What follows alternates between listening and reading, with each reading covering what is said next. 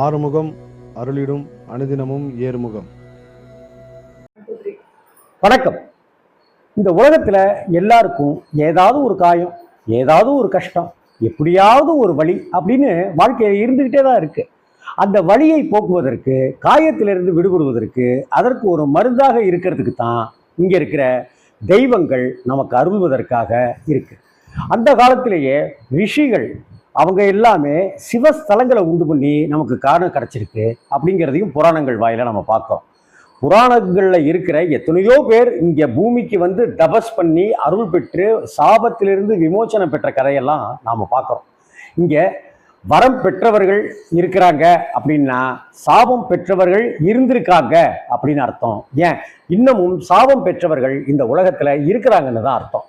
ஐயோ, அப்பனா நானும் சாபம் வாங்கியிருக்கேனா, எனக்கும் அப்படி ஏதாவது ஒரு சங்கடம் இருக்கா, அதுதான் என்னுடைய கர்மாவா, அதுதான் இந்த கஷ்டங்களுக்கெல்லாம் காரணமா அப்படின்னு நமக்குள்ளார எழுகிற சிந்தனையும் நமக்கு இதில் ஒன்றும் சொல்ல தேவையில்லையே. ஏன், உங்களுக்கு தெரியும் நீங்கள் என்னென்னலாம் வேதனைப்படுறீங்கன்னு, எனக்கு தெரியும் நான் எப்படியெல்லாம் வேதனைப்படுறேன்ட்டு. ஆக இங்கே பள்ளம்னு ஒன்று இருந்ததுன்னா மேடுன்னு ஒன்று இருக்கும் அப்படிங்கிற வார்த்தை சத்தியமான வார்த்தை. அதே போல தான் பாம்பு, அந்த பரமபத விளையாட்டுல பாம்பு கடித்து நாம கீழே வந்து விழறதும் ஏனியின் மூலமாக மேலே ஏறி உயர்வதுமாக இரண்டுமாக இருப்பது தான் இந்த வாழ்க்கை. ஆக எப்பயோ எங்கேயோ யாரோ முதுகுல குத்துனத்துக்கு யாரோ ஒருத்தங்க நம்ம மனசுக்கு மருந்து தடவுவாங்க. அப்படியாகத்தான் இங்கே ஆலயங்கள், வழிபாடுகள், பூஜைகள், சடங்குகள், சாங்கியங்கள் அப்படின்னு நம்ம முன்னோர்களால் நமக்கு சொல்லி கொடுக்கப்பட்டுக்கிட்டே இருக்கு. அதை நம்ம வழி நடத்திக்கிட்டே இருக்கிறோங்கிறது தான் இங்கே முக்கியம். அற்புதமான அந்த ஆடி மாத வேளையில நாம செய்கிற அம்மன் வழிபாடு அப்படிங்கிறது ஒரு பரிகாரமா? ஆமாம், பரிகாரம் தான். அது பலன் தருமா? ஆமாம். அம்மன் நமக்கு நிச்சயமாக பலனை அள்ளி அள்ளி கொடுப்பதற்காகத்தான் இங்கே சக்தியாக வியாபித்து கொண்டிருக்கிறாள். இந்த பிரபஞ்சத்தினுடைய சக்தியே, மூலாதார சக்தியே அவள்தான். அது மட்டும் இல்லை, நாம இதை கொடு அதை கொடு அப்படின்னு நம்ம பக்கத்து வீட்டுக்காரங்கள்ட்ட கேட்கலாம். அரிசி தீந்திரிச்சு கொடுங்க, பருப்பு தீந்திரிச்சு கொடுங்க அப்படின்னு நம்ம கேட்கலாம். ஆனால் எனக்கு இந்த கவலை இருக்கு, அதை சரி பண்ணிடு, எனக்கு இந்த பண கஷ்டம் இருக்கு, அந்த பண கஷ்டத்துலேருந்து நான் மீண்டுடணும்னு அம்மன் கிட்டையோ ஏன் எந்த கடவுள்கிட்டையோ கேட்க வேண்டிய அவசியமே இல்லை. காரணம் என்ன? ஏன்னா நம்முடைய கஷ்டங்கள் என்னென்னலாங்கிறது நமக்கே சரிவர தெரியாட்டினாலும் கூட அந்த சக்திக்கு, அந்த தேவிக்கு, அந்த அம்மனுக்கு, அந்த அம்பிகைக்கு அது தெல்ல தெளிவுற தெரியும். அதனால நம்ம என்ன செய்யணும்? அந்த அம்மன் கோவிலில் போய் நிற்க வேண்டியதுதான். ஆடி மாசத்துல செவ்வாய்க்கிழமை தான் போய் நிற்கணுமா? ஆடி வெள்ளிதான் ரொம்ப முக்கியம்னு சொல்றாங்களே. எல்லா நாளும் முக்கியம். நமக்குத்தான் செவ்வாய்க்கிழமையும், நமக்குத்தான் வெள்ளிக்கிழமையும், நமக்குத்தான் ஞாயிற்றுக்கிழமையும், நமக்குத்தான் ராகு காலத்தில் பூஜைங்கிறதும். அம்மன் எல்லா காலத்திலும், அதாவது முக்காலத்திலும் இருப்பவள்னு சொல்கிறோம்.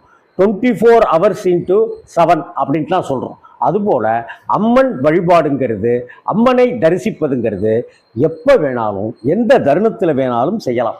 நாம நம்ம சந்தோஷத்துக்காக ராகு காலத்தில் போய் துர்க்கையை தரிசித்தேன், ஆடி செவ்வாய்ங்கிறதுனால மாவிளக்கு போட்டேன், ஆடி வெள்ளிங்கிறதுனால அம்மனுக்கு ஒரு பெரிய செவ்வரளி மாலை சார்த்தினேன்னு நம்மளா நம்ம இஷ்டத்துக்கு, நம்ம சந்தோஷத்துக்காக, நம்ம மனநிறைவுக்காக செஞ்சுக்கிறோம். அவ்வளோதான், வேற ஒன்றும் கிடையாது.